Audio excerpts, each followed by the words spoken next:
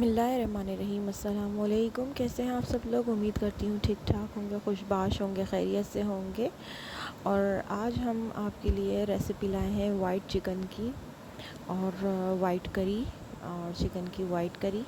और बहुत डिलीशियस बनती है, बहुत टेस्टी बनती है। ऑलमोस्ट इसका जायका, इसका टेस्ट और इसका जो प्रोसेस है वो बिल्कुल क्रीमी चिकन की तरह या फिर आप कह लें मलाई बोटी की तरह है, पर ये थोड़ा सा लिक्विड होता है क्योंकि ये करी है। तो चलिए जी शुरू करते हैं आज की रेसिपी। सबसे पहले हरा मसाला तैयार कर लीजिए। धनिया पुदीना तोड़कर और बारीक सा काट कर आपने इसको साइड में कर लेना है। हरी मिर्चें और प्याज आपने जो है साफ़ करके रख लेनी है। इसे हम पेस्ट बनाएंगे दही के साथ।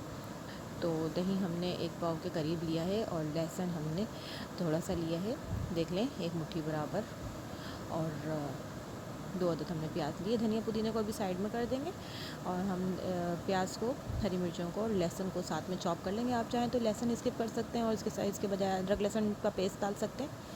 मैंने अदरक लहसुन का पेस्ट नहीं डाला है, मैंने लहसुन चॉप करके डाला। इसका हम अच्छा सा पेस्ट बना लेंगे। देखिए कितना प्यारा सा पेस्ट बन गया है इसका। ठीक है, दूसरी जगह हम पैन में तेल गरम करेंगे और पैन गरम करके हमने इसके अंदर तेल डाल दिया है। तेल डालने के बाद हम इसके अंदर चिकन डाल देंगे। 1 किलो हमारे पास चिकन है। इसके अंदर आप सिर्फ नमक डालेंगे। 1 टेबल स्पून मैंने नमक डाला है और आप हस्ब जायका भी डाल सकते हैं। अच्छी तरह से उसको मिक्स कीजिए, उलट पुलट करते रहिए ताकि जो पेस्ट डालने से पहले, हमारा प्याज का पेस्ट डालने से पहले हमें उसे अच्छी तरह से कलर चेंज होने तक पकाना है। ठीक है। अच्छा, धनिया, ज़ीरा, गरम मसाला और काली मिर्ची को भी हमने एक एक टेबल स्पून लेकर उसके अंदर डाल दिया था और उसका भी पेस्ट बना लिया था। अब वो पेस्ट हम इसके अंदर चिकन में डाल रहे हैं। ये प्याला हम बाद में खंगाल के डालेंगे। अभी हम इसको अच्छे से भूनेंगे मसाले को, ताकि प्याज वगैरह का कच्ची स्मेल ना आए।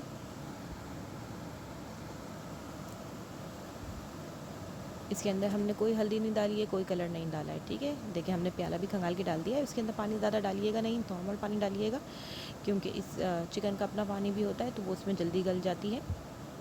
अब इसके बाद हम इसके अंदर धनिया और पुदीना स्प्रिंकल कर देंगे और इसको पकने के लिए हल्की आंच पर ढक के रख देंगे। 5 से 10 मिनट आप इसको पकाइएगा हल्की आंच पर और उसके बाद फिर आप इसको डिश आउट कर लीजिएगा।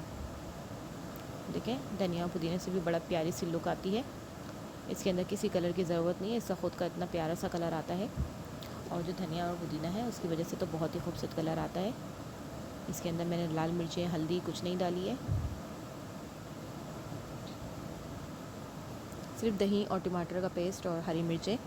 बहुत सस्ता, बहुत अच्छा, बहुत आसान रेसिपी है ये। आप चाहें तो इसे लिक्विड भी रख सकते हैं, शोरबा रख सकते हैं, और चाहें तो बिल्कुल सूखा बना सकते हैं। डिश आउट करने का टाइम आ गया है। देखिए मैंने उसे धनिया पुदीने और हरी मिर्चों से सजा दिया है। किस कदर प्यारा सा टेक्सचर है, क्रीमी सा, बहुत डिलीशियस बनता है, बहुत लजीज होगा ये करी। आप ट्राई कीजिए और अपने फीडबैक से ज़रूर नवाजिएगा कि आपको रेसिपी कैसी लगी। रेसिपी पसंद आए तो वीडियो को लाइक कीजिए, कमेंट कीजिए, शेयर कीजिए। मेरे चैनल को सब्सक्राइब कीजिए, अपनी दुआओं में याद रखिएगा। मिलते हैं फिर किसी नेक्स्ट वीडियो में, तब तक के लिए अल्लाह हाफिज़।